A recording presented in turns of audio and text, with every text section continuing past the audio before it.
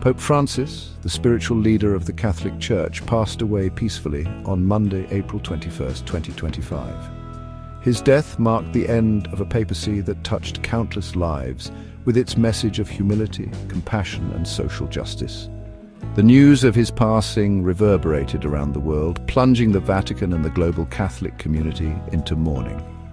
On Wednesday, April 23rd, the late pontiff's body was brought to St. Peter's Basilica. The mood inside the basilica was heavy with grief, yet a profound sense of peace pervaded the air. Thousands of mourners filed past the Pope's coffin, paying their last respects. The silence within the basilica was striking, punctuated only by the soft footsteps of the grieving crowd and the muffled sobs of those bidding farewell to their beloved leader. The public viewing was scheduled to continue for 3 days, allowing as many people as possible to say their goodbyes. The schedule was demanding, with the basilica remaining open late into the night to accommodate the constant stream of visitors. The coffin was to remain accessible to the public until Friday evening, giving way to the official closing ceremony. Mourners from every corner of the globe flocked to Rome, united in their grief and their reverence for the departed pontiff.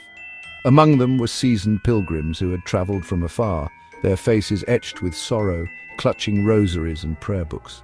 Tourists, initially drawn to Rome's historical allure, found themselves swept up in the tide of mourning, their itineraries forgotten as they joined the solemn procession. The crowd was a testament to the global reach of Pope Francis's message and his ability to connect with people from all walks of life. There were young couples, their faces stained with tears, who had hoped to receive the Pope's blessing. Elderly pilgrims, some leaning heavily on canes, had made the arduous journey to pay homage to the man whose words had brought them solace and guidance. The atmosphere in St. Peter's Square, while somber, was also charged with a palpable sense of gratitude for the Pope's life and legacy. Street vendors distributed candles and images of the late pontiff, their wares eagerly snatched up by mourners. The air buzzed with a multitude of languages, a poignant reminder of the universality of the Catholic Church and the global reach of Pope Francis's influence. On Friday evening, as the sun began its descent, casting long shadows across St. Peter's Square, the time came to close Pope Francis's coffin. The ceremony, steeped in tradition, was presided over by Cardinal Kevin Farrell and Cardinal Giovanni Battista Re. The closing of the coffin marked the end of the public viewing and the beginning of preparations for the funeral. The simple wooden coffin, adorned with a silver crucifix and a copy of the Gospels, was slowly closed. A wave of emotion swept over the assembled mourners, many of whom had been keeping vigil for hours. The basilica, now bathed in the warm glow of candlelight, took on an ethereal beauty. The silence that followed the closing of the coffin was deafening. As the last of the mourners filed past the closed coffin, there was a sense that a chapter had closed.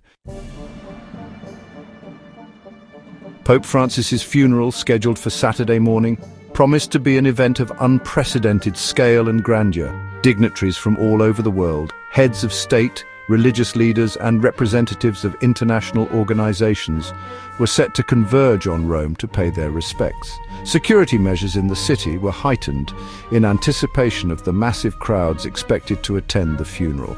The funeral procession, a solemn and meticulously choreographed affair, would wind its way through the heart of Rome, carrying Pope Francis's coffin from St. Peter's Basilica to its final resting place within the Vatican grottos.